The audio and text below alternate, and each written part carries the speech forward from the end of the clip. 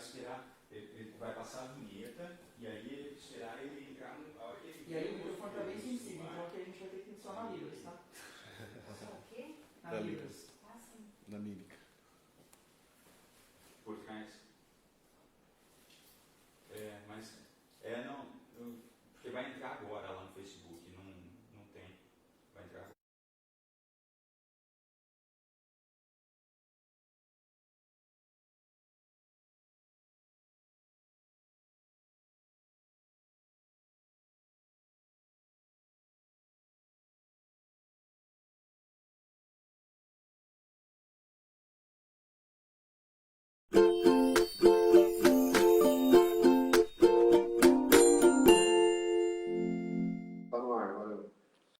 Olá, colegas do Renova, amigos, colegas aí da Unimed Sorocaba e outros colegas também. Mais uma vez juntos, hoje uma oportunidade interessante aí, de quantas lives já tivemos aí. Queria agradecer a todos vocês que dispuseram mais uma vez estar conosco. Importante a gente, nesse momento, nós paramos as atividades do grupo durante a pandemia e estamos retornando agora.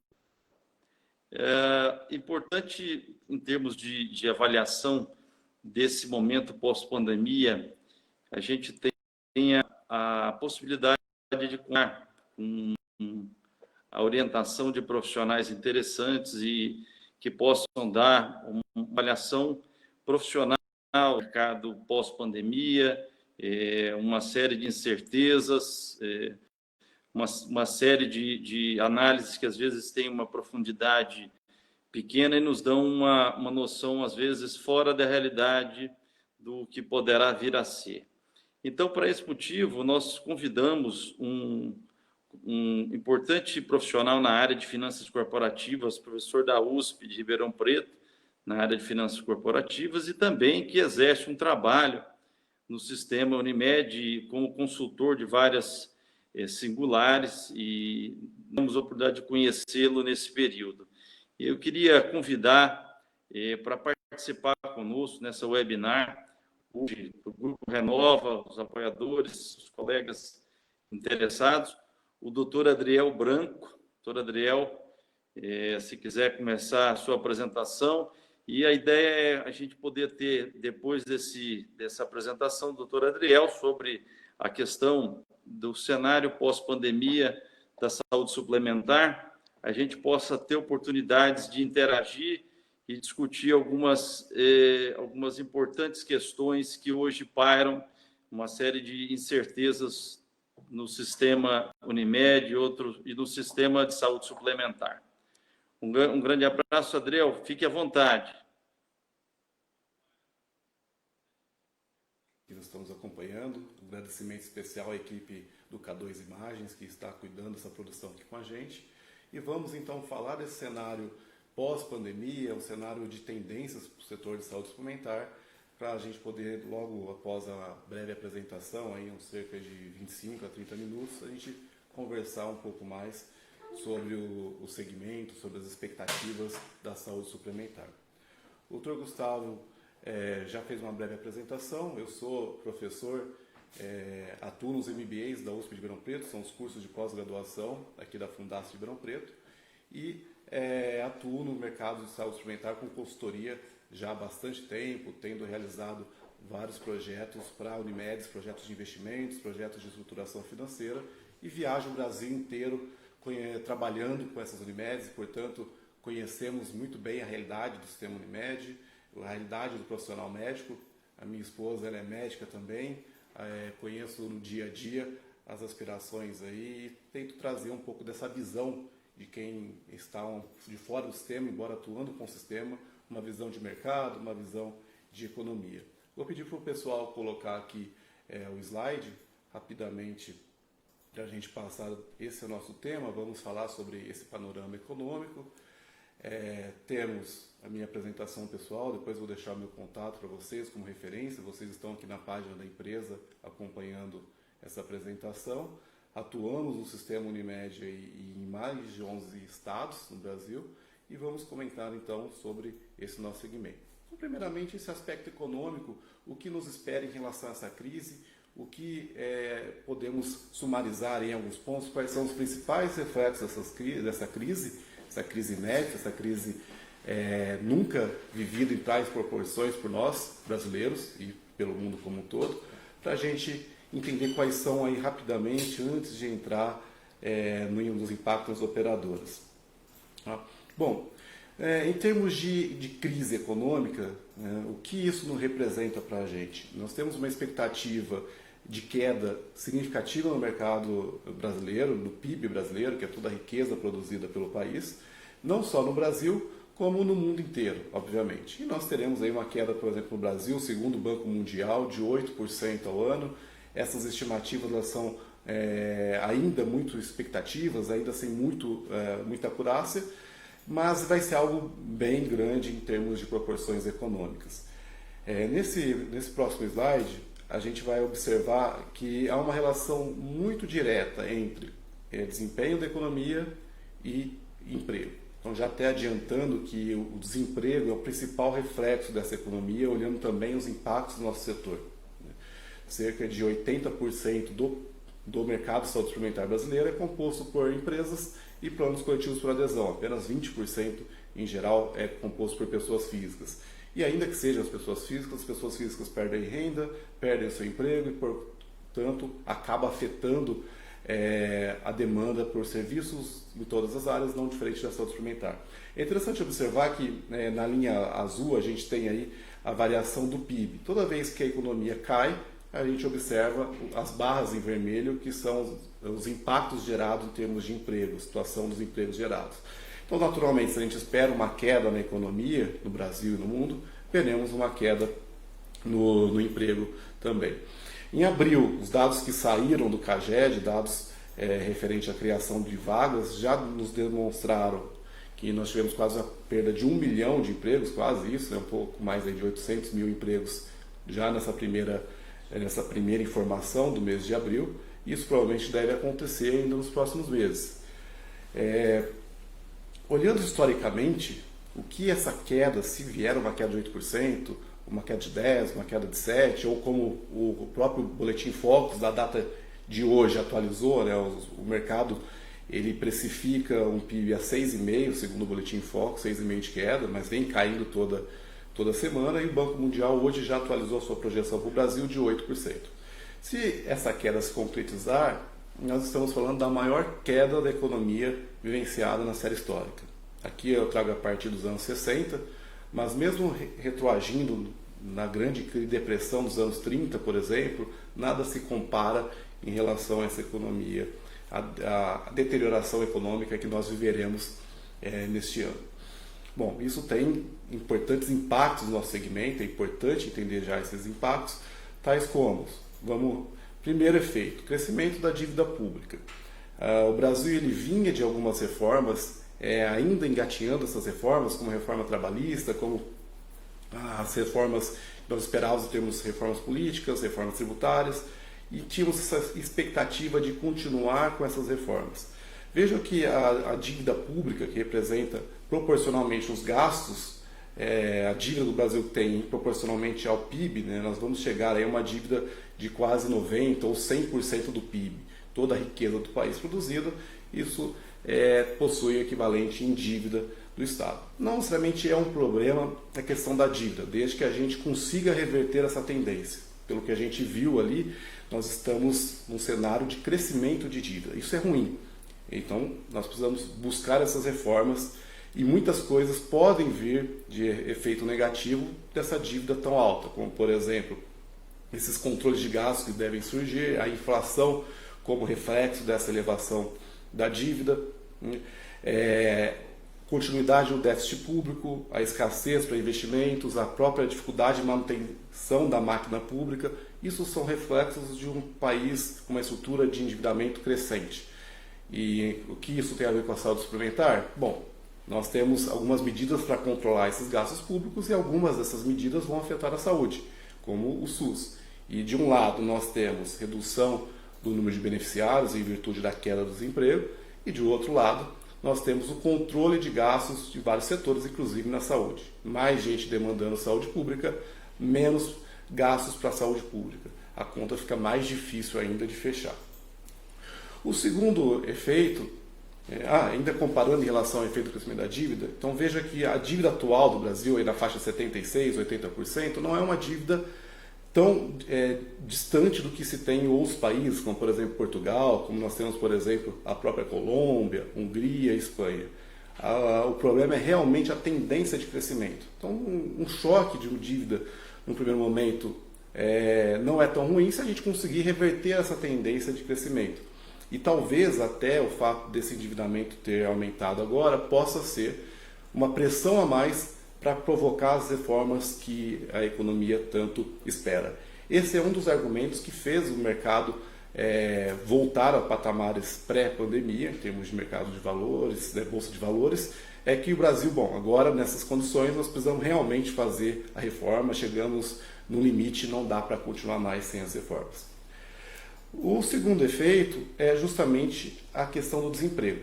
Então, primeiro, gastos públicos sendo comprometidos em virtude da dívida, e o segundo grande fator é a questão do desemprego. Daí decorre vários outros problemas, como por exemplo problemas sociais, queda de consumo, redução da renda das pessoas, tudo isso em virtude do desemprego. E qual o tamanho do impacto do desemprego? Isso tem uma relação direta com o tamanho da queda da economia. Existe uma relação no mercado chamada Lei de Okun, que para cada 1 ponto percentual de redução do PIB em relação ao seu PIB potencial, eu espero encontrar, no caso do Brasil, um aumento de 1,2 na taxa de desemprego. Ou seja, se cair 10, eu espero aumentar aí 12 pontos percentuais em relação ao que nós tínhamos pré-crise. Essa Lei de Okun é uma referência, ela não se aplica, obviamente, com exatidão, tem toda a característica do Brasil e da crise como um todo, mas serve para a gente projetar uma expectativa de desemprego, chegando dos atuais 11%, final de 2019 para cá, para 23%, 20% de desemprego, ou seja, mais de 20 milhões de desempregadas podendo como reflexo dessa crise. E comparando o impacto de desemprego com a saúde suplementar, nós fizemos uma análise conforme a variação do PIB e a variação da saúde suplementar em termos de beneficiários. Então, se nós tivermos aí cerca de 7 ou 8%, nós estamos falando de atingir 42 milhões de beneficiários, sendo que hoje no mercado trabalhamos na faixa de 47. Então, esse poderia ser o tamanho da queda em termos de mercado de saúde suplementar, número de beneficiários que, ao perderem os seus empregos, poderão também perder o seu plano de saúde. Isso deve acontecer principalmente a partir do segundo semestre. Por quê? Essa é uma crise assistencial, é uma crise em virtude de uma doença, e não como crises de liquidez, crises econômicas voltadas à produção. As pessoas vão ter muito mais cuidado para tentar manter o plano de saúde a toda e qualquer circunstância para poder ter acesso ao sistema privado de saúde. Então, pode ser que o mercado de saúde suplementar seja menos afetado do que seria em outros tipos de crises pela característica inédita dessa crise. Outro detalhe importante é que pode ser que essa retomada seja muito rápida se a economia voltar. Um bom exemplo foi o que aconteceu nos Estados Unidos. Tivemos mais de 30 milhões de desempregados e no último dado já observamos uma retomada da criação de emprego, e pode ser que o Brasil também se beneficie disso. Mas, de qualquer forma, uma queda da economia gera queda no emprego, ou seja, gera desemprego e gera redução do mercado de saúde suplementar como um todo. Então, se a gente pudesse apontar quais são os 2 principais efeitos da crise. Nossa avaliação, dívida pública e daí uma série de medidas necessárias para a reforma, e redução do número de empregos, gerando redução na renda, consumo, redução do mercado de beneficiários do plano de saúde. Tá, então para a gente entender para onde nós vamos na saúde suplementar, vamos entender de onde nós vimos, como estávamos progredindo, porque a principal visão que nós temos é que toda essa crise ela tem o efeito de atuar como um agente catalisador, ou seja, acelerar os processos que nós estávamos observando. Exemplo da telemedicina, que já era uma discussão antiga, a crise atuou como catalisador, assim, acentuando, acelerando esse processo. Então, como que está o mercado de saúde suplementar, como era o mercado de saúde suplementar? temos dois grandes momentos, até 2015 e depois de 2015. Esse gráfico, ele mostra para a gente a distribuição do plano de saúde conforme tipo de operadora de saúde. Em verde estão as cooperativas médicas. Em azul, que é outro grupo de destaque, estão as medicinas de grupo. As cooperativas médicas subiram em termos de beneficiário, cresceram, evoluíram muito no mercado entre 2012 e 2015, quando atingiu o seu auge, com 19 milhões e 400 mil beneficiários em 2015 de cooperativas médicas. O seu grande concorrente em azul, que são as medicinas de grupo, fazendo oposição às cooperativas médicas, atingiram 17 milhões. Em 2015, um grande marco do setor, a abertura do setor ao capital estrangeiro. Aqui foi definitivamente um divisor de águas. A partir dessa abertura, o capital estrangeiro encontrou nas medicinas de grupo, a exemplo de Notre Dame, a Mil, a Pivida, o destino para a alocação de recursos. E observem que já a partir de 2015 muda completamente. A gente vai sair das cooperativas médicas aí em verde, 19,4 milhões de beneficiários para 17,3 milhões, que é o atual patamar hoje. Nós tivemos uma queda de 10% no mercado das cooperativas, do sistema Unimed, sobretudo. Enquanto que o mercado também caiu. O mercado saiu de 50 milhões de beneficiários em 2015 para 47 milhões. Caiu também, caiu menos que 10%, caiu praticamente 13 milhões de beneficiários, menos do que os 10%, ou seja, o sistema Unimed caiu mais, mas é interessante observar que o espaço em azul, ali, as operadoras de medicina de grupo, cresceram no período. Saíram de 17 milhões para 18 milhões e 300. Interessante, todo ano, ano após ano, as medicinas de grupo ganham vida. Ano após ano, trimestre após trimestre, as cooperativas médicas perdem vida. Então essa é uma tendência muito clara, em virtude da abertura econômica, ao capital estrangeiro que encontrou aí nas operadoras, principalmente as de capital aberto, como a Pivida e Notre Dame, um importante destino para fazer investimentos. E no estado de São Paulo, será que isso ocorre também? No estado de São Paulo é ainda mais acirrado. Nós temos um crescimento também até 2015 do estado de São Paulo, chegando a 5 milhões e 300 mil beneficiários, um crescimento mais modesto do que observamos no resto do Brasil, e uma queda mais agressiva de 22% no período, 5,13 para 4 milhões de beneficiários. A mesma coisa que nós observamos no Brasil, nós observamos também no estado de São Paulo numa escala maior em termos de concorrência. As medicinas de grupo saíram de 7 para 8,6 milhões, mesmo com queda no mercado de saúde como um todo, no estado de São Paulo saindo de 18 para 17 milhões. Então veja que essa tendência macro do estado de São Paulo é ainda mais forte, é ainda mais acirrada. E o que impacta em termos de mercado para o operador de saúde esse crescimento da concorrência? Nós temos uma busca pela eficiência. Quem fica no mercado acabam sendo as empresas mais eficientes. Toda crise tem esse efeito de limpar o mercado e promover as empresas mais eficientes e tirar as empresas mais ineficientes. E no caso de empresas ineficientes, elas vão sair seja por cisão, seja por venda, por incorporações. E a gente observa que o número de operadoras no mercado de saúde suplementar brasileiro também reduziu. Saímos de 1.000 e poucos operadoras para cerca de 700 operadoras no Brasil. E as cooperativas médicas passaram por esse mesmo movimento, ou seja, a briga pela sobrevivência, a briga pela sustentabilidade, pela eficiência, ela não é exclusiva da medicina de grupo. Pelo contrário, ficou evidente para todo mundo, inclusive, principalmente, no nosso caso, para as cooperativas médicas. No estado de São Paulo aconteceu a mesma coisa.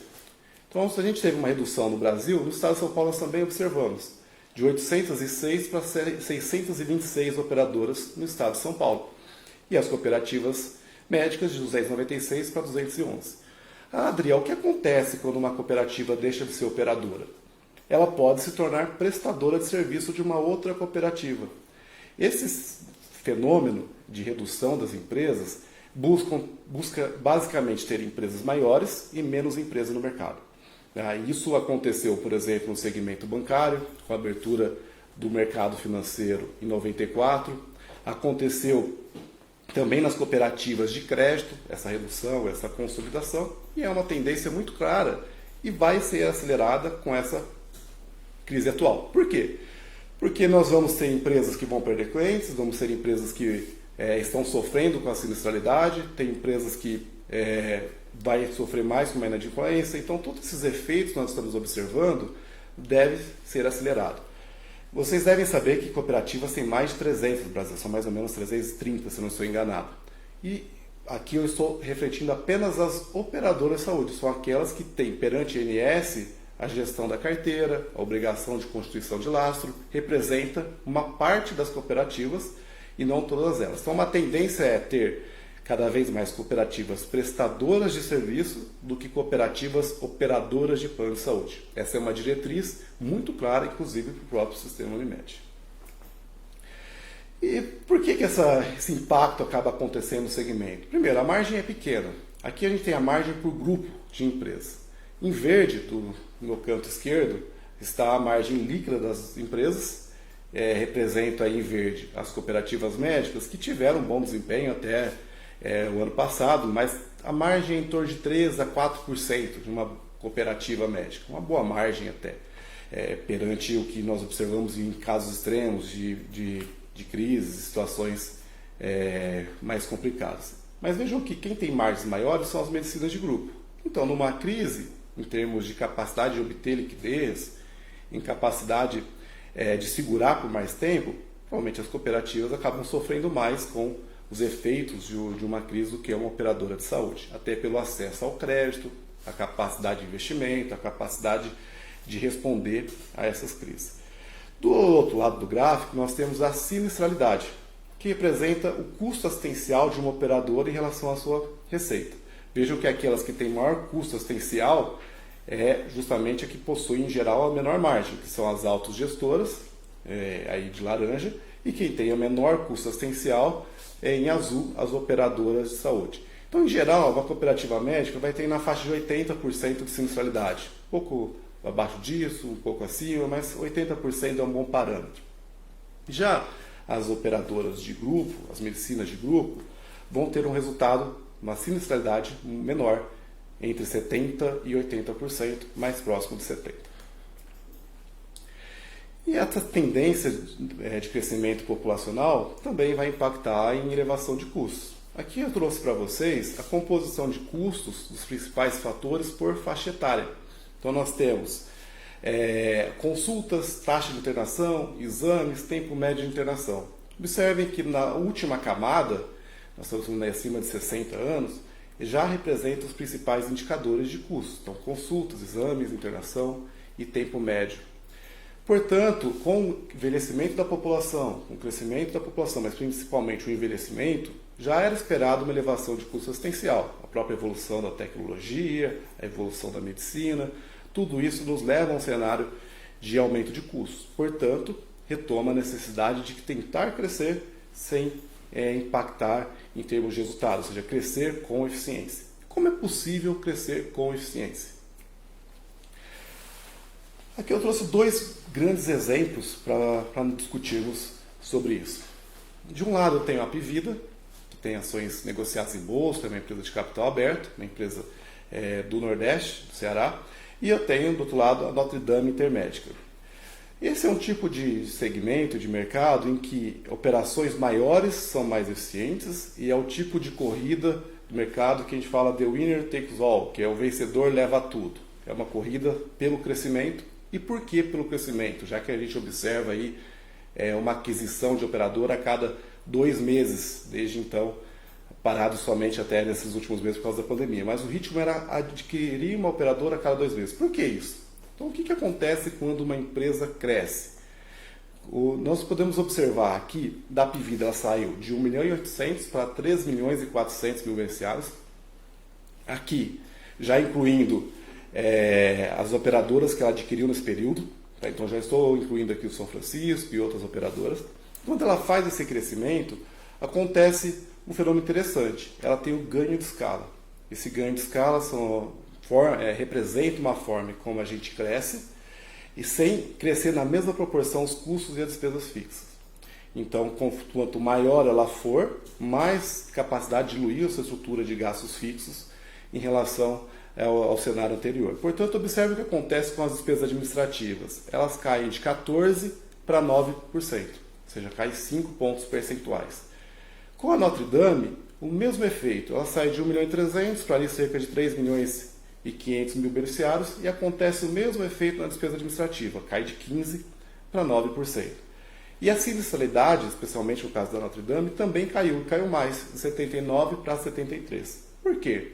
Pense, a gente tem uma operação maior, com mais hospitais, então tem ganho de escala em comprar equipamentos, comprar insumos. Uma coisa é comprar uma ressonância e uma outra coisa é comprar 10 ressonâncias para a rede hospitalar. O ganho na negociação é muito maior. E será que esse ganho de escala também existe no sistema Unimed? No próximo slide, a gente fez um estudo para tentar responder essa questão. Pegamos os dados de 2019 das operadoras do sistema Unimed, dividimos em 10 grupos.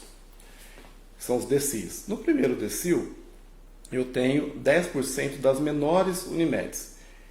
E no último DCIL, eu tenho 10% das últimas Unimeds. São Unimeds de grande porte, como, por exemplo, Unimed Campinas, Unimed de Porto Alegre, Unimed Sorocaba, Unimed Fortaleza, Maceió.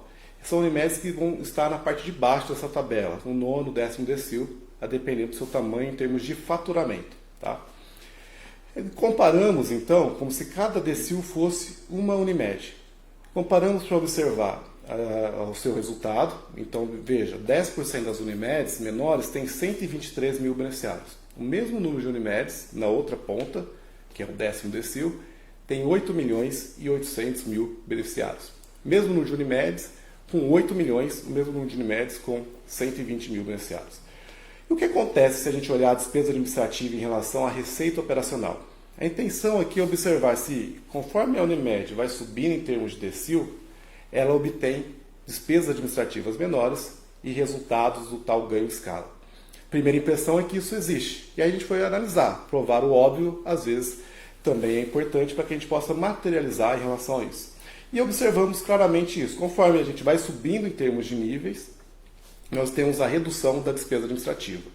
Ao ponto de que no último decil, a gente espera encontrar cerca de 8,7% em relação à receita em termos de despesa administrativa. E aqui responde uma pergunta interessante. Será que o sistema Unimed vende o seu plano mais caro do que é uma Apivida, por exemplo, que tem o ticket médio na faixa de 170 a R$200, é necessariamente por ser melhor?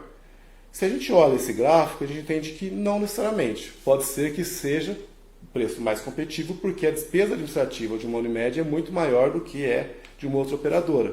Muitas vezes, a Unimed, por não ter eficiência na parte administrativa, tem que repassar isso no preço, tornando-se menos competitiva do que a gente viu ali em relação à Apivida e Notre Dame, que tem a despesa administrativa na faixa do último decil aqui, comparando, na faixa de 8% a 9%. Pode passar. Em geral, já entrando na última parte aqui da nossa explanação, para poder discutir um pouco com vocês, nós temos a variação do impacto dessa crise conforme o tempo de ocorrência. No primeiro momento, nós temos um impacto positivo na sinistralidade para as operadoras. Principalmente aqui no estado de São Paulo, com exceção da capital, no interior nós tivemos muito menos casos do que ocorreu, por exemplo, no norte e nordeste do país. Então a sinistralidade lá cai nesse primeiro momento. Por quê? Nós temos redução dos procedimentos, nós temos um resultado melhor por não ter o custo crescer na mesma proporção, já que as pessoas não vão no hospital, o procedimento eletivo é postergado. E no segundo momento, ou seja, logo agora, após esse pico da assistência, nos próximos meses, a gente já vai começar a lidar com a segunda onda, que é a onda da economia, a onda do reflexo econômico. E o que é essa segunda onda? Inadimplência e perda de beneficiários. Tudo isso decorrente da queda do número de pessoas empregadas, tudo isso decorrente da redução do emprego. E a terceira onda, lá na frente, quando a gente vai tentar se adaptar a essas mudanças. Então, no final, a gente vai ter a elevação da sinistralidade. Pode voltar, Ronaldo, por gentileza. No final, a gente vai ter essa compensação na sinistralidade, porque o procedimento eletivo que não está sendo feito agora vai voltar lá e vai voltar numa fila, porque vai acumular a realização dos procedimentos. Muitos tratamentos de acompanhamento de doenças crônicas, ou, por exemplo, a própria oncologia, estão sendo postergados. Então, vai ter uma descoberta de doenças tardias com custo assistencial muito maior.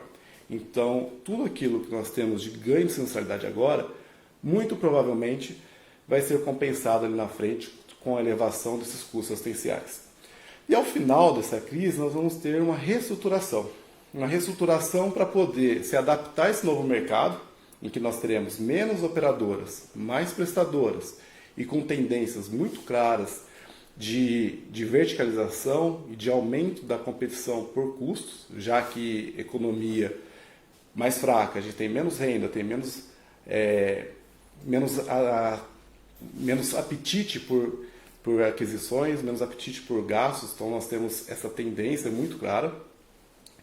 E de uma maneira geral, se a gente pudesse fechar essas considerações todas, toda essa visão que nós estamos vivenciando na pele, no dia a dia das operadoras de saúde, eu trouxe 5 grandes pontos para orientar as nossas conversas e discussões.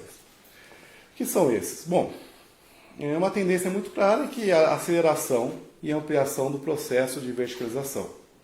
Nós temos hospitais em dificuldade financeira, nós temos operadoras de dificuldade financeira, nós temos grandes investidores nacionais, estrangeiros, com acesso ao capital, que no momento está mais barato, né? Taxa de juros baixas, excesso de liquidez para quem é bom, para quem tem bom crédito, para boas empresas, para bons projetos, nós temos crédito mais barato e mais farto. Então esse processo deve acontecer, as grandes operadoras já anunciaram que vão acelerar esse processo. 2. Evolução no modelo de remuneração. Fica muito claro nessa pandemia que é muito difícil o modelo de negócio só hospital e só operadora. Precisa casar as duas pontas. Hospital e operadora, recursos próprios e operadora. Por quê? O hospital ele tem remuneração baseada na doença, ele ganha com a doença. Quanto mais internação, mais receita. Quanto mais cirurgias, mais receita. Enquanto que a operadora ganha com a saúde. Quanto menos internação, melhor resultado. E esse conflito fica difícil de administrar não tendo alinhamento de interesse. Portanto, é realmente provável que após a pandemia as operadoras tenham um grau de verticalização maior, até para entrar com mais força nessa briga por custos, e os hospitais também busquem a verticalização. Não é raro hospitais que montaram seus planos de saúde e ganharam o mercado. A exemplo do São Francisco, que é um grande grupo que cresceu a partir do seu hospital. O terceiro ponto o segundo ponto ainda, a evolução no modelo de remuneração, é sair do fee for service e do modelo por valor. Isso já é evidente nessas operadoras de grupo, por exemplo, remuneração por pacote, remuneração por DRG, remuneração por resultado, e não fee for service, que é um modelo bem antigo no Brasil, um modelo de quanto mais produzo, mais eu recebo. Isso gera um conflito de interesses, principalmente com o prestador de serviço, em que ele tende a produzir mais para ter mais faturamento. O terceiro ponto é o aprimoramento da governança corporativa, principalmente nas cooperativas. Por quê? Nós temos uma necessidade de ser mais ágil, uma necessidade de profissionalização, controles internos. Então, quando falamos de governança corporativa, nós pensamos em aprimorar os seguintes pilares: transparência, mais reporte de informação, mais agilidade, o pilar da responsabilidade corporativa, da prestação de contas, ligado também à transparência, mas principalmente aspectos econômicos, financeiros, o pilar da ética, e aqui nós temos medidas de compliance, auditoria interna, cada vez mais fortes, e a profissionalização como um pilar muito importante dentro do sistema Unimed, que é trazer gestores cada vez mais habituados a uma prática de mercado para decisões que possam ser embasadas e mais ágeis.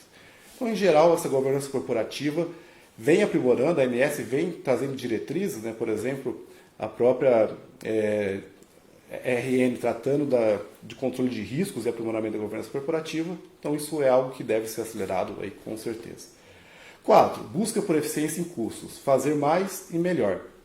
Nesse modelo, a gente tem uma tendência também de especialização, ou seja, um grupo de médicos só opera, um grupo de médicos só atende. Quem atende encaminha para quem opera não atende. Esse é um modelo em administração muito comum para quebrar conflito de interesse.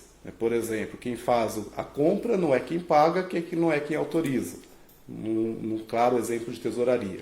Então, essa questão da busca por eficiência é um ponto bem relevante, tentando levar para ganhos de escalas. E, por último, não menos importante, reflexo de tudo isso, a consolidação do sistema cooperativista.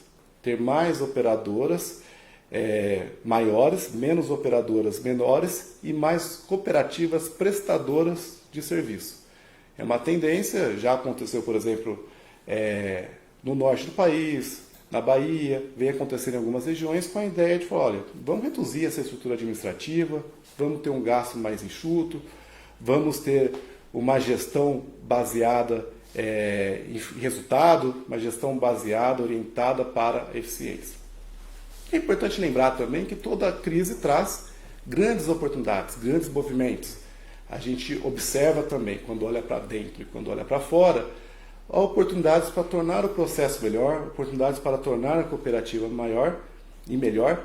E esse ganho de escala vai ser uma diretriz bem importante para as sobrevivências pós-pandemia. Agradeço o tempo de vocês, queria abrir agora para perguntas, voltar ao Gustavo. Aliás, agradeço o convite, Gustavo, novamente, e vamos discutir um pouco, debater um pouco sobre esses assuntos que nós tratamos até aqui. Adriel, parabéns pela apresentação, muito clara, objetiva e bastante útil para nós nesse momento em que a gente se prepara para um futuro que chegou mais rápido. A minha impressão de tudo isso é que a catalisação da pandemia, de tudo aquilo que seria um futuro breve, virou um presente. Então, como você chegou a comentar, as empresas que não tiverem eficiência e custos administrativos ajustados aí, terão dificuldades nesse momento. Eu queria abrir para o grupo algumas perguntas, mas antes disso, eu queria perguntar a você, eu tenho uma questão que é especificamente no planejamento de curto prazo. Uma gestão que entra aí num momento desse, pós-pandemia, qual que é o principal conselho para uma gestão dos 100 primeiros dias? Qual que é a tônica, em que vertente a gestão deve se focar no sentido de garantir que esse efeito da terceira ou quarta curva, como você comentou, ele seja menos intenso e tenha menos reflexos negativos na operadora? Quando tem uma alteração na gestão, ou quando a gente passa por um momento de grandes mudanças, esse conceito do plano de 100 dias é altamente recomendado. Então, quando o presidente assume, quando tem um processo de venda de empresa, aquisição, quando muda a diretoria, nesse plano de 100 dias é quando a gestão vai dar as caras e vai dizer, olha, no primeiro momento um diagnóstico, então como estamos pelas principais áreas, então vai olhar a área de mercado, a área assistencial, a área de recursos próprios, e vai montar esse planejamento no curto prazo para uma resposta a esses problemas, ou seja, no primeiro mês, segundo mês e no terceiro mês de crescimento e sustentação desse projeto. Tá? Então, o próprio plano de 100 dias já é uma recomendação bem clara. Se a gente tivesse que resumir a administração, um conselho nessa área para uma única coisa, seria o ciclo PDCA. Sempre trabalhar com planejamento, que é o P, a execução de fazer, o controle, então via indicadores, então quais são os resultados, as metas que nós vamos trabalhar aqui, e depois a correção, que é o A de agir.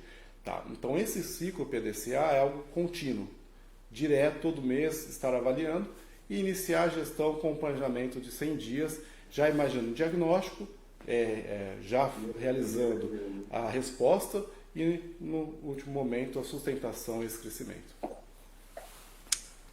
Obrigado, doutor Adriel. Queria abrir nesse momento alguns lamentos de colegas que já sinalizaram. Aqui a doutora Giane, colega nossa da Renova, eu queria que ela pudesse fazer o seu questionamento. Oi, Adriel, boa noite. Queria te fazer uma pergunta. A gente fica tão pessimista às vezes vendo esses cenários, mas são nos momentos de crise também que aparecem grandes oportunidades, né? Sob o teu ponto de vista, quais são as principais oportunidades para as operadoras de saúde nesse momento?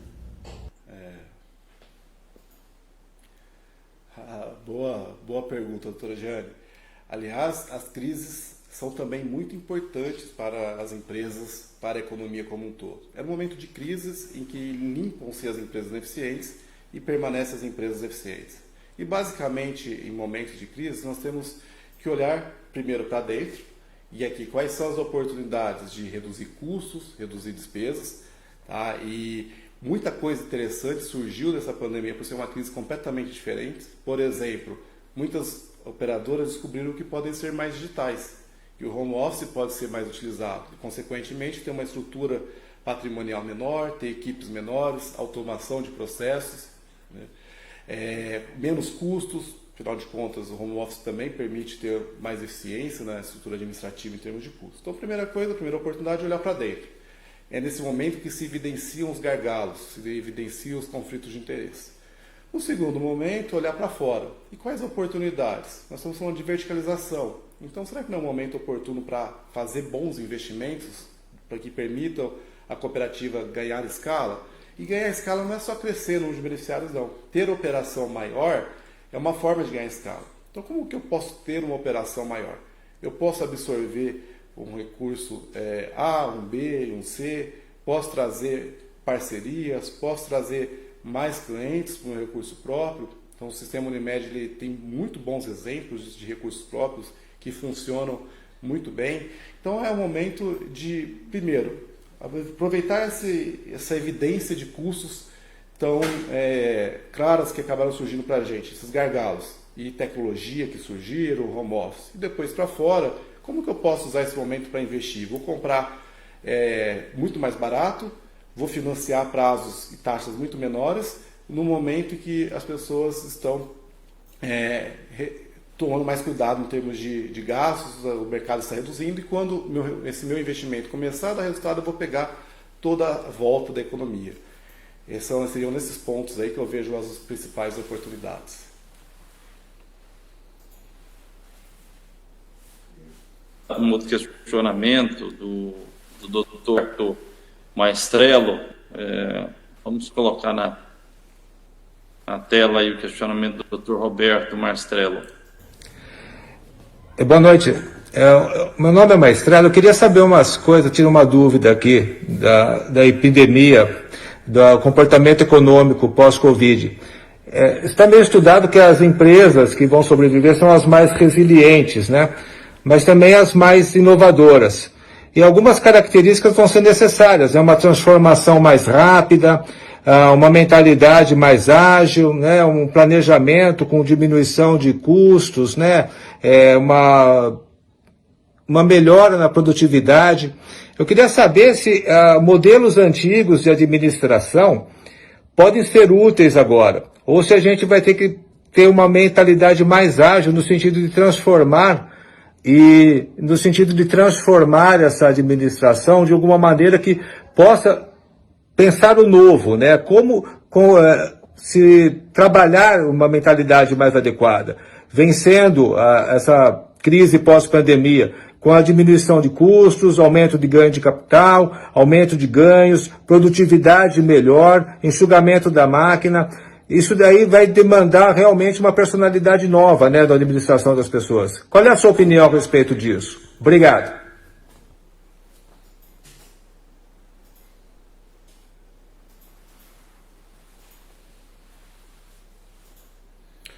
Obrigado, doutor Maestrello, pela pergunta. E toda vez que o mercado ele se torna mais competitivo, como é o que nós observamos, especialmente a partir de 2015, ele passa a exigir gestão cada vez melhor e passa a exigir mais agilidade. Por quê? Porque todo mundo brigando pelo mesmo cliente, brigando pelo mesmo mercado, a sua concorrência vai tentar ser o mais ágil possível. Então a agilidade é uma coisa extremamente importante nesse momento. Além disso, tecnologia, produtividade, ganho de escala, eficiência, né? Quando a gente fala em resiliência, nós estamos tentando dizer mais essa eficiência, essa capacidade de superar crises. Então, nesse caminho mesmo, acho que você já cita algumas coisas importantes, como a produtividade, redução de custos, tornar uma gestão cada vez mais ágil. É justamente nesse sentido. E quando a gente olha a cooperativa, nós estamos falando em tentar trazer mais profissionalização, tentar reduzir a estrutura administrativa, o que não é nenhuma novidade, porque a gente observa que isso vai acontecendo conforme a cooperativa vai ganhando mais escala, e essa busca pela eficiência é uma busca diária, né? Cada vez mais eficiência, ganho de escala, mudar os modelos de remuneração, buscar se tornar mais adaptável às mudanças do mercado. Isso é bem importante, é fundamental para a sobrevivência da operadora, da cooperativa. Muito bom, muito bom. Nós temos aqui alguns outros colegas encaminhando perguntas. Eu vou passar aqui uma das perguntas do doutor Zezo, que é colega nosso. Eu queria que colocasse aí na tela o questionamento dele aí, presença do Zezo. Doutor Prieto, meu nome é José Feliciano, eu sou um dos cooperados da Unimed Sorocaba e eu assisti a sua live e achei muito interessante. O senhor se aprofundou muito nos assuntos, o que demonstra conhecimento e demonstra que isso pode nos ajudar muito a projetar as nossas propostas para a Unimed Sorocaba. A minha questão é baseada, inclusive, na sua exposição. Durante a sua exposição, num dos gráficos, o senhor mostrou um avanço progressivo do capital estrangeiro através dos outros grupos de medicina de grupo no Brasil, com uma redução do espaço que antes era ocupado pelas Unimedes. E progressivamente isso vem acontecendo. E também ao final da sua exposição, quase ao final, o senhor mostrou os pontos positivos que esse momento da pandemia ou essa retração do mercado pode significar para a área de saúde, tais como a valorização do profissional, as tecnologias desenvolvidas no país, mecanismos que vão, de certa forma, valorizar este grupo que é o de assistência à saúde no país. A minha pergunta é a seguinte: esses mesmos fatores que vão nos favorecer, seja a tecnologia, o reconhecimento da profissão de assistência à saúde, a preocupação em evitar epidemias ou outras ameaças, também isto pode favorecer a esses grupos que estão injetando um capital numa moeda muito forte. Como é que nós podemos reagir a isso? Como que nós podemos competir com esses grupos, já que as vantagens que nós teremos, os reconhecimentos, serão os mesmos para esses grupos também?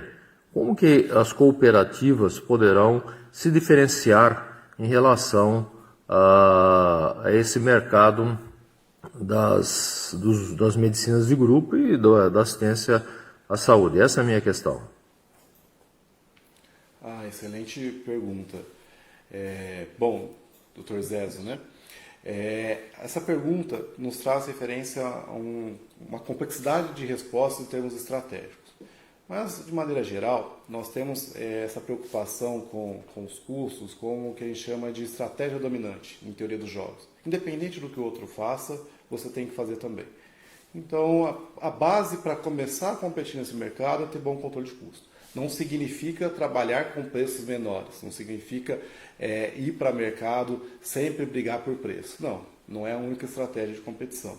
Nós temos estratégias também de qualificação, de brigar por qualidade, de brigar por referência, de brigar por um posicionamento melhor. Isso vejo perante os clientes, nós como empresários, nós como cidadãos, preferimos muito um convênio que nos dê a segurança em termos de qualidade assistencial e que não seja um SUS melhorado, que não tenha toda a precariedade que observamos também na saúde suplementar. Então, um posicionamento por qualidade é um ponto bem importante. não podemos esquecer da valorização do médico também. E como fazer isso? Não necessariamente pagar sempre mais, mas pagar de forma justa, atrelar o desempenho à remuneração, isso é uma coisa básica. Um bom exemplo desse modelo de concorrência, de gestão via desempenho, é o que a Unimed BH fez em termos de gestão, como por exemplo o guia como referência, de poder ter médicos sendo bem remunerados, incentivados. É muito importante ter ao todo, nesse modelo cooperativista, sempre a busca pelo alinhamento de interesse. Algo que muitas vezes esse modelo fee for service acaba jogando contra, acaba justamente prejudicando esse formato. Aquilo que nós temos de tecnologia, isso é base também de concorrência. Tecnologia e saúde andam lado a lado, em termos de evolução, em termos de qualidade também. Então, tudo que temos de custo, ciência, tecnologia, isso é base para começar a discutir num segundo momento. Então, nós temos uma força da marca como diferencial e nós temos o principal diferencial é que o sócio é o médico, ele é o cooperado, ele tem ali a ferramenta de trabalho que permite executar um trabalho muito melhor do que ele conseguiria em outras situações. Então, um posicionamento por qualidade é importante. Não saiam daqui com a visão, preciso brigar por preço, ter preços cada vez menores. Não é essa a ideia, não é a única estratégia. Mas ganho de escala, ganho de custo, isso é base para começar a trabalhar nesse mercado.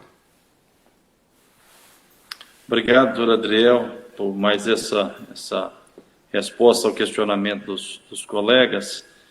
Nessa linha do impacto do que a pandemia, o pós-pandemia, vai dar, inclusive, no trabalho do médico em si, que é uma preocupação nossa, realmente, enquanto médicos que somos, ao mesmo tempo, parte da cadeia de prestação de serviço e também somos os donos de uma empresa, né? Então, não tem como ser diferente se não tiver esse alinhamento de interesses, todos com o negócio.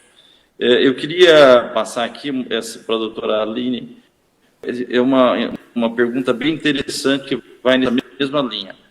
Olá, aqui é a Aline, médica otorrino de Ribeirão Preto. Eu queria fazer uma pergunta. Bom, você falou então sobre a consolidação de mercado e crescimento de medicina de grupo. E eu queria saber como fica então a expectativa para o trabalho médico, tendo em vista esse cenário de crescimento de medicina de grupo em concorrência com a Unimed. Muito obrigada. Boa pergunta. E eu faço questão de responder essa pergunta porque é uma pergunta que eu ouço dentro de casa, né? A Aline, ela é médica aqui em Ribeirão Preto, e a minha esposa, comentei no início da apresentação, pedi para ela mandar essa pergunta também para a gente discutir. Porque no primeiro momento, a gente observa que tem muito mais médicos fora do sistema cooperativista do que dentro, né? Nós tínhamos antigamente, até há 5 anos atrás, cerca de 30% dos médicos estavam dentro do sistema cooperativista. Essa quantidade não cresceu, temos aí na faixa de 110 mil médicos dentro do sistema cooperativista e 400 mil fora do sistema cooperativista, ou seja, uma relação aí de quase 20% dentro do sistema cooperativista. Então, o primeiro momento que a gente observa é uma precarização do trabalho. Por que precarização? Nós estamos falando de valorizar profissional, saúde como referência, mas na prática, no dia a dia, esses grupos cresceram tão rápido e a classe médica estava tão desorganizada em termos de trabalho em conjunto, de direitos. É muito raro você ver um médico contratado dentro do hospital privado. É todo o modelo de pejotização, todo o modelo que no curto prazo, no primeiro momento, vai para um sentido de precarização. Mas não é bem essa linha que a gente espera, pela qualificação do tipo de profissional, pela necessidade de crescimento em saúde. O que a gente espera, então, a médio prazo? Bom, muitas oportunidades de empreendedorismo. O Brasil é um país emergente, tem poucos médicos no Brasil. A gente tem a impressão que tem bastante, né? Quando a gente compara com países envolvidos, a gente vai ver que vai ter muito mais. Então, essa concorrência vai aumentar e é natural que isso aconteça. Aconteceu em todo segmento, aconteceu na minha carreira como professor, como aconteceu na área dos advogados, como acontece em todo segmento, é natural que o mercado se equilibre. Então vai ter muito médico, mas a saúde no Brasil ainda é um sistema de saúde engatinhando na área privada, com muitas oportunidades, um mercado com potencial enorme de crescimento. Então eu vejo o empreendedorismo algo muito importante na veia médica para poder valorizar o seu trabalho, criar serviços, buscar modelos diferentes de atendimento e tentar cada vez mais fazer frente a uma precarização no trabalho que pode ocorrer se esse grupo não tiver fortalecido e principalmente, né, que o sistema Unimed possa crescer para poder abarcar novos médicos em cidades como, por exemplo, Ribeirão Preto, Sorocaba, grandes centros que já têm muito profissional se formando e não conseguem entrar no sistema cooperativista. Então, o empreendedorismo, eu acho que é a grande vertente estratégica para os médicos e tentar sair da faculdade já com uma cabeça voltada ao empreendedorismo, criar novos negócios, tecnologia, inovação na área, porque tem muita oportunidade, é um mercado muito promissor no Brasil. Muito obrigado.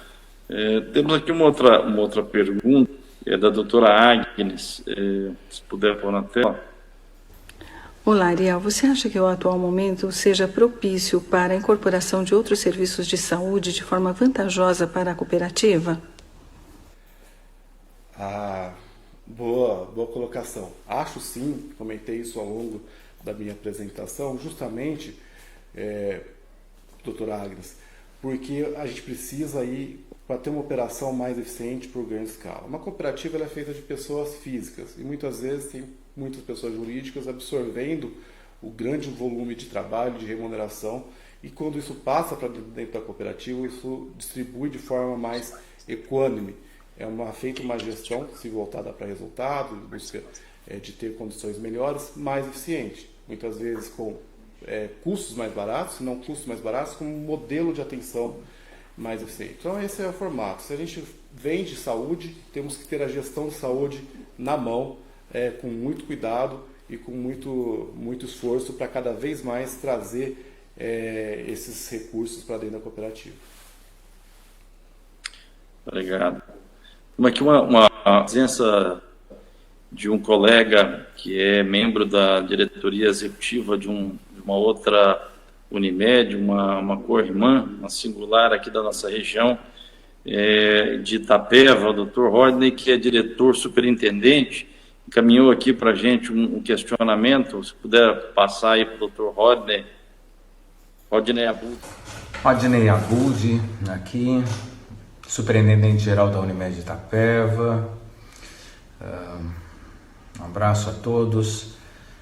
O cenário que nós vislumbramos é um cenário assim, ainda muito incerto, porque se num primeiro momento nós não observamos impacto negativo ainda com a Covid-19 nas contas, nas operações da nossa Unimed, a gente já sabe que vai ter um efeito rebote mais tarde, mais para frente, com a previsão de recessão que o país deve enfrentar. Ainda não tivemos esse impacto. E o outro problema, o outro aspecto é que se ainda durante os próximos meses, em função de sermos uma cooperativa pequena, quantos dos nossos beneficiários vão necessitar de UTI, de serviços de terapia intensiva, e quais vão ser os custos e o impacto desses custos na operadora.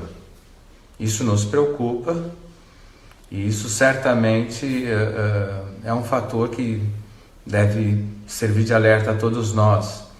Além disso, tem a questão das regras não muito claras por parte da ANS com relação aos inadimplentes, né? Com a pergunta aqui tem duas frentes. A primeira é a frente assistencial. Eu acho que nessa frente assistencial, o que nós estamos observando em relação à redução dos custos pela menor demanda, procedimento seletivo, pela postergação, está sendo, de certa forma, compensado pela elevação das internações decorrentes do Covid. Então, acho que aqui a gente não vai ter, pode ter um ganho no primeiro momento, mas a preocupação realmente, doutora Abud, é quando a gente olha para os efeitos dessa crise, como muito bem você comentou. E o principal efeito aqui está ligado à perda de renda em virtude do desemprego e à redução da carteira. Então, a redução da carteira é evidente que isso vai acontecer no geral, então fica a briga para tentar manter essa carteira. Algumas Unimedes possui carteiras de empresas que são mais afetadas, outras são menos, então vai afetar de forma diferente cada Unimed. Uma boa recomendação é analisar essa carteira por segmento e classificar de risco baixo, médio e alto em termos de probabilidade de perda e assim fazer um trabalho direcionado. E na inadimplência, o setor tem uma margem muito baixa. A gente viu ali 3 ou 4% para as operadoras do sistema Unimed. Ou seja, 3 ou 4% de atraso nas contas pode gerar uma dificuldade financeira e até mesmo prejuízo.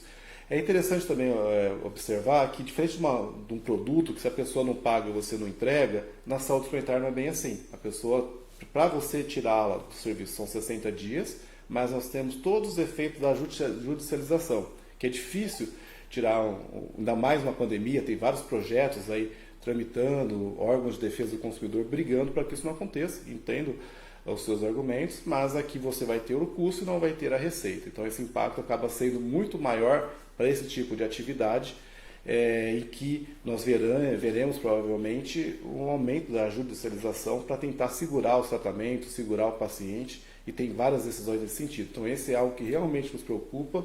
A ANS não teve uma discussão, mas não liberou recursos, foi muito taxativa nisso, e a expectativa é que não tenhamos flexibilidade regulatória, não, pelo menos no curto prazo, em relação às liberações desses ativos garantidores, a injeção de liquidez pela ANS. Isso é um ponto bem preocupante aí, decorrente da crise. André, veio aqui para a gente um questionamento, eu vou ler, que veio pelo Facebook, o Dr. Vitor Dutra. Ele pergunta assim: quanto ao cenário, espera-se captação de dinheiro mais barato? Mantendo a taxa Selic baixa, a fuga do capital não iria para investimento, pois a remuneração do capital está sofrível. Como podemos aproveitar melhor esse cenário? É uma pergunta do Dr. Vitor Dutra. Ele questiona também se também esse é o momento de diversificar produtos oferecidos ao mercado pelas operadoras de saúde, principalmente médicas. Boa pergunta. A primeira, em relação à oferta de crédito, hoje ou ontem, o BNDES anunciou mais 2 bilhões de reais referente a linhas de crédito para o segmento da saúde. Então o BNDES vem fazendo a sua parte de oferta de crédito, as taxas de juros estão muito baixas na CDI, ou a própria TLP, que é o indexador do BNDES. Então tem oferta de crédito para boas empresas que tenham garantias, isso ainda é um problema, mas para boas empresas, bons projetos, tem crédito barato e disponível. O segundo ponto, quando a gente vai falar de realizar, de fazer esses investimentos, tem que fazer uma boa análise, um bom planejamento e levar para a discussão e fazer essa captação para bons projetos. A segunda pergunta, repete para mim, por gentileza, do segundo item dele. Ele pergunta se, neste momento, a recomendação é de se diversificar os produtos de plano de saúde nas operadoras Unimed, nesse momento, se esse é o momento adequado para se conseguir mais mercado. Qual que é a sua opinião sobre isso? Boa colocação, Dr. Vitor. Eu acho que talvez a preocupação não é nem conseguir mais mercado, talvez seja não perder o que nós temos. E como fazer isso? Produtos de retenção, produtos mais baratos, como por exemplo produtos de rede própria, produtos de atenção primária, como APS. Então, como o mercado passa por perda de renda, ter produtos mais competitivos pode ser uma estratégia de inserção e de retenção. Tá? Então, eu nem me preocuparia muito em crescer esse ano em termos de carteira, me preocuparia em manter essa carteira e aí ajustando conforme o produto mais adequado. A medicina primária é algo que veio para ficar e permite ser uma forma de competição bem interessante nesse momento. Nós estamos, obrigado, chegando quase ao final aqui, com quase mais de 1 hora aqui de conversa. Eu queria ainda explorar algumas perguntas. Tem um questionamento do Dr. Sérgio Raskorski, ele está... Pode, se puder colocar o Dr. Sérgio. Eles estão colocando a pergunta aqui do Dr. Sérgio, e aí se tiver alguma outra pergunta a gente pode... Está chegando. passar, eles estão chegando aqui a pergunta. Você comentou, Adriel, um pouco sobre a questão de se manter a carteira, né? A grande dificuldade hoje é uma perda geral de renda. A pergunta que eu ia te fazer é o seguinte: hoje, na nossa região, nós somos a única operadora de saúde que comercializa o plano,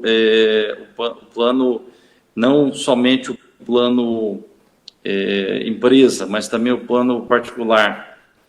Isso, nesse momento, é bom? Isso, nesse momento, é uma fortaleza? Ou isso, nesse momento, é uma fragilidade, você ter uma carteira onde você tenha um número em relação aos concorrentes aqui, maior de plano privado? No caso, vocês têm um grupo de empresas e também plano pessoas físicas, eu imagino que seja esse ponto que gera mais discussão. Muitas operadoras optaram nesse momento por parar de vender plano de saúde. Embora o mercado esteja crescendo, embora o mercado, esse mês especificamente, teve um crescimento em relação ao mês anterior, né, o mês de abril, que é o último que foi divulgado, porque tem-se a impressão de que vai chegar muito carro batido, que seria, no caso, pessoas acometidas de doenças e demandar por internação já de imediato. Então, acho que, nesse caso, vale uma reflexão, olhando bem a fundo em relação a isso. O mercado para pessoas físicas é um mercado que tem muitas oportunidades. Antigamente já era muito questionado, porque pessoa física, os reajustes da ANS não eram tão compensatórios, e inverteu um pouco no sentido de que é mais difícil agora negociar com as empresas do que aplicar um reajuste da ANS, que vem sido cada vez melhor. Então vale olhar, eu não saberia dizer exatamente no caso a caso, mas tem operadoras que optaram por não vender nesse momento em virtude da crise, e tem operadoras que criaram estratégias para manter a carteira com novos produtos e assim conseguir não perder clientes nesse momento. Obrigado. Acho que agora o Dr. Sérgio já consegue. Boa noite.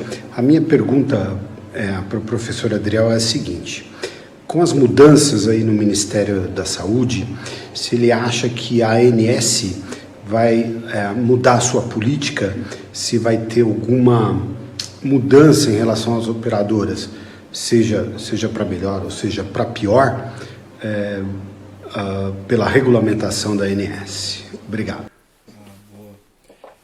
Tivemos algumas mudanças muito tímidas em termos de benefícios para as operadoras, né? Esperava-se uma liberação desses ativos garantidores, em especial as aplicações vinculadas. Chegou até a ser anunciado pelo então ministro Mandetta, anunciar aí cerca de 10, 20 bilhões de liberação desses recursos, mas houve um impasse porque a principal exigência da agência era atendimento aos clientes inadimplentes e não se chegou a um acordo. Poucas operadoras aderiram a essa flexibilização regulatória. Então ficou bem claro, na verdade, que a ANS não vai fazer essas flexibilizações, não vai injetar recursos, e tem até um diretor amigo meu que brinca, né? De onde você menos espera é de onde não sai nada mesmo. Então acho que da ANS não é algo que devemos ter de flexibilização, e pelo contrário, o direcionamento dela é de ter operadoras maiores. Ela é uma das incentivadoras do ganho de escala. O antigo diretor da ANS comentava muito sobre isso, né, que falta escala para as operadoras, e a gente observa então cada vez mais, né, o apertamento, aí, um acirramento das medidas regulatórias em cima das operadoras. Doutor Adriel, nós estamos encerrando aqui, temos mais uma pergunta só para encerrar. Dr. Túlio Cardoso, ele pergunta, faz um questionamento: como, respeitando os princípios cooperativos, gerar ganho com venda de serviços hospitalares, as éticas e autogestão.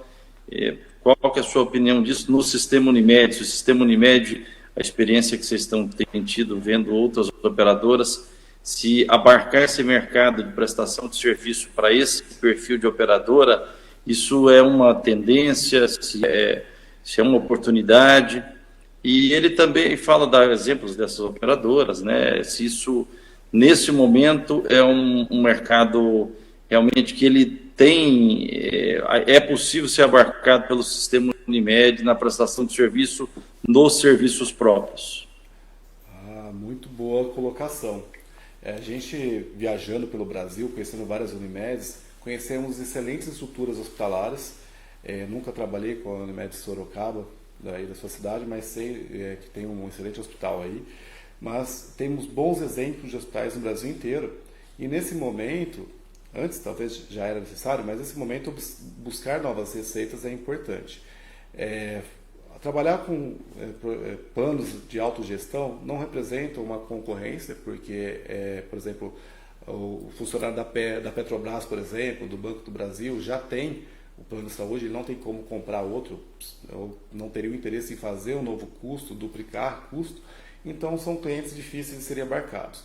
Em muitas situações, os recursos próprios se tornaram mais importantes até do que o próprio plano de saúde, porque consegue trazer gente de fora para atender, vira referência.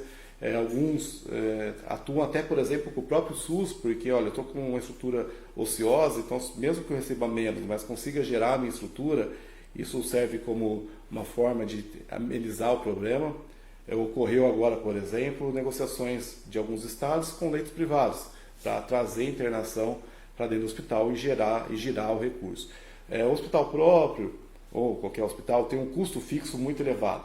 Então, sempre que a gente puder agregar margens do mercado, é uma estratégia financeiramente interessante, sobretudo quando não concorrer com o plano de saúde. A gente precisa olhar tudo como uma coisa só. Então, pode ser que o recurso próprio seja mais importante, em termos de resultados, em termos de capacidade de competição, mas a gente não pode esquecer que a gente precisa também do plano de saúde. Então, não pode concorrer com o plano de saúde. E quando não concorre, como o caso de autogestão, alguns exemplos até de seguradoras, pode ser um bom desempenho. O hospital dando resultado pode ser uma boa estratégia. As seguradoras em especial, elas acabam tendo uma clientela que na nossa região acaba indo para São Paulo fazer cirurgias, e algumas vezes a gente ficamos essa condição de prestação de serviço para esse perfil de cliente. Agora, nessa situação de retração, talvez é um mercado a mais nosso aqui a ser explorado. De fato, o Tortúlio tem uma visão que é exatamente o que nós pensamos aqui do nosso negócio.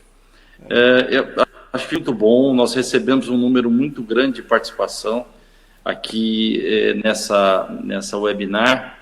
Eu queria agradecer muito a todos os colegas que dedicaram esse tempo a discutir a nossa Unimed, a discutir o cenário econômico. Agradecer muito ao doutor Adriel por ter aceitado esse convite conosco.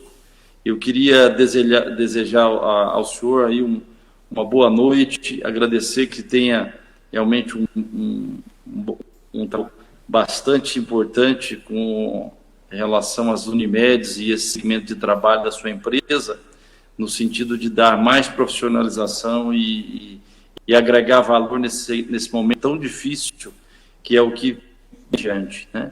Então, agradecer ao pessoal da K2 Produção por operacionalizar tudo isso que nós estamos tendo aí, e a todos os apoiadores do Movimento Renova Unimed por mais esse dia, por mais essa atividade. Vamos juntos, seguindo aí a nossa programação. Um grande abraço a todos, um abraço também a outros colegas de outras Unimedes que participaram.